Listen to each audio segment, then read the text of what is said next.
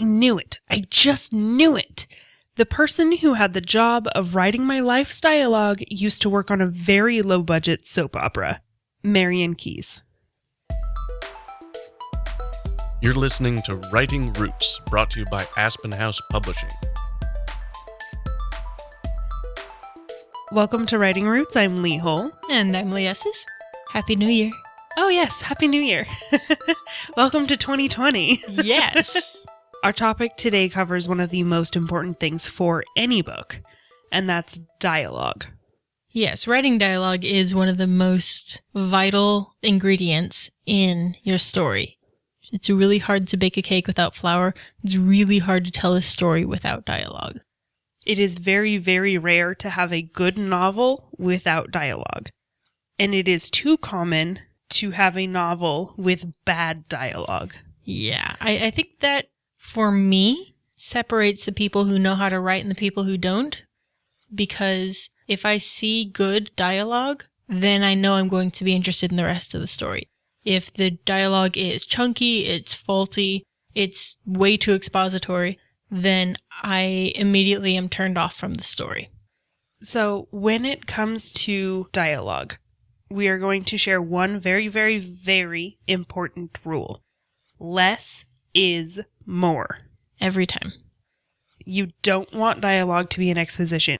Dialogue cannot be the only medium of getting the information across, because there is so much more detail. But dialogue is also key. Yes. We've spoken before about telling your character's backstory through the moment, through dialogue, among other things. That does not mean you have your character walk into the shop and go, "Hello, uncle whom I've called father for the last 10 years. How was your day since you've been working in this outfit for most of whatever?" I am like choking on even trying to give a bad example of this. Most importantly, less is more, and dialogue needs to be natural. Yes. So let's talk first about word choice. I see this problem a lot in fantasy style stories, where they try to have this high and mighty sounding dialogue, where it's very lofty, they use a lot of very big words, it's verbose, and it just feels stiff and boring.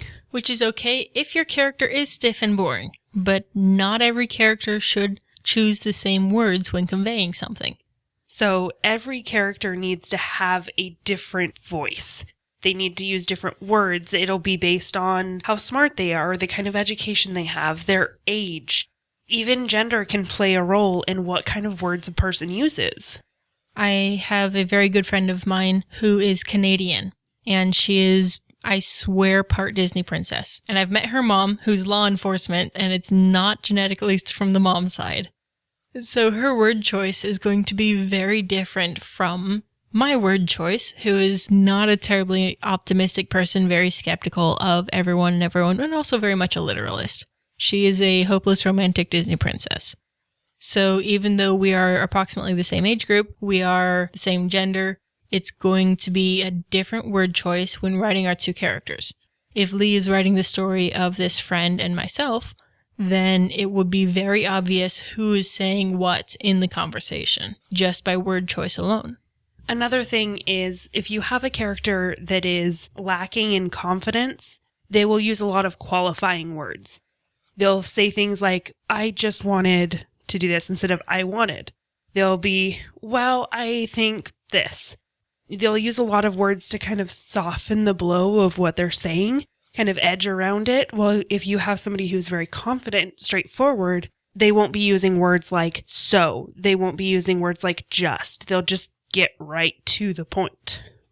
Another part of word choice is who the character is with. So, if the character that is Leigh is in a story, then there will be a leadership quality when she's around certain people, and then there will be a submission quality when around other people. If you're more interested in word choice, selecting that for each character, we'll be getting into this a little bit more later this month, where we will dig into character voice, how to develop it, how to define it for each of your characters in your story. And that's also outside of dialogue when we cover that. One real quick thing. When you are writing about age, if you have a character that is a child, spend time with a kid to see how they talk. Because a lot of people try to portray like an 8-year-old as like a 2-year-old in their word choice. They'll simplify it too much. Mm-hmm. So those are just a couple of things about word choice specifically for a character. Let's get on to other kinds of dialogue in a story. Sometimes you'll write a character from the UK and they might have a little bit of a Cockney accent. How do you write that in the story? For me, it depends a lot on if the character whose point of view the scene is written, if that character understands the accent. If the character doesn't, you can write it phonetically. That's one of my big pet peeves in a lot of what I've read of Stephen King's is writing out the accent. And that's very difficult for me to read and then phonetically understand and translate and go back. So I am working to read accents that are written that way. If your character doesn't understand, then your reader is right along with them and they can maybe try to figure it out. But that's okay at that point. But if my character does understand, I'll just write the closest translation. I'm very much of the mindset that you should be making it as easy as possible for the reader to understand. So if writing out the accent is going to be more trouble than useful, add it to the dialogue tag. Say that they were speaking a thick French accent or a thick German accent, and your reader can usually start to put that in their own mind without having to struggle through a bunch of V's where W's should be. That's a little bit different when you have a character with, like the example I used earlier, a Cockney accent, where they're leaving off a lot of the beginning letters, where it's like A instead of hey. That's a lot easier for most readers to pick up on very quickly. So it just depends on your target audience, their understanding, and the type of accent that you're trying to put into your work. And along the same lines, I write other languages in a very similar way. If the main character understands, then I will just write it in English. I might put it in italics if the whole scene is bumping back and forth. When it comes to made-up languages in fantasy novels or sci-fi novels, assume that it is translated to English or whatever language that the book is being published in. If there is a direct translation for whatever the thing is that you're using, use the English word for that. So instead of calling it a whatever it is in the language, just call it a sword. Best example of this is the XKCD comic. The elders, or Freyas, guarded the farmlings, children, with their critices, which are like swords, but awesomer. The fewer words made up by the author, the better the book is going to be, because you're not having to struggle through trying to understand a bunch of new words while you're trying to learn the story and learn the characters. Yeah, you don't want to give your readers homework to understand your story. You want them to just enjoy it and gobble in one setting. If you want to have another language as flavor, that's awesome, that is cool, but don't try to force the readers to have to understand it to understand your book. There are moments when one language might not have the same word, in which case you can do the closest translation. So in the series I wrote, one of the groups did not have separate words for fruits and vegetables. They had one word for edible plants. So, on to the next point about writing dialogue. Your dialogue doesn't always have to be super specific. You can leave room for misinterpretation, and that can add to the character and some of the conflict. Yes, it adds depth. And it also, if your character misinterprets something that somebody else says, it's a reflection of not only the character who said the line, but your main character as well. So if I'm going to go pick up the bats, and you work at the national park, you think I'm transporting furry flying mammals. Yes. My ex-husband is a baseball person, and so if I say that line to both of you, you're both thinking I'm picking up something different. So leave room for those misinterpretations, those puns. Make it fun, make it awesome, because that's the kind of thing that happens in real life. I think back to our main motto of writing dialogue, less is more. I think the most important part of writing dialogue is actually what isn't being said.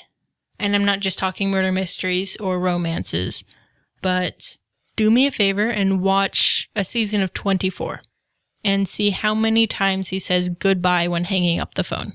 And when he does, what happens next? There's a weight to every time you say bye at the end of a phone call. Part of what's unsaid in dialogue are the dialogue tags around it. Not necessarily he said, she said, but the he said as he looked at his feet. Giving that action, the body language, the movement that's happening around what they're saying that adds context clues. And lies. Lies are hugely important in storytelling. If your character says, no, I think she's ugly, or if he kind of rolls his shoulder forward and runs his fingers through his hair and then goes, no, I think she's ugly, that has completely different context. So it's the descriptions that flavor your dialogue. And I think Pride and Prejudice is a good case study on this. There's a lot of, I'm going to insult her whole family and then propose to her. My absolute favorite line from Little Mermaid is when Ursula goes, and don't underestimate the importance of body language. Ha! Yep. It's such a good line because your book is not a movie. You are not showing it on a screen. You can't give that kind of direction. If you're writing a book, you have to include that so the full impact of what you're saying goes through. Convey emotion because that's the root of dialogue is emotion. That's why we talk. Yes. Communication is important. We are going to talk a little bit more about dialogue tags in our next episode. We covered it in adverbs. We mentioned it briefly here. We're going to talk a little bit more in our next episode, which is about momentum. There's a huge debate in the writing world surrounding dialogue tags. So stay tuned. And until then, write selfishly. If you have a question or comment for our hosts or a topic you'd like us to cover, send us an email at writingroots@aspenhousepublishing.com or find us on Facebook by searching for Aspen House Publishing.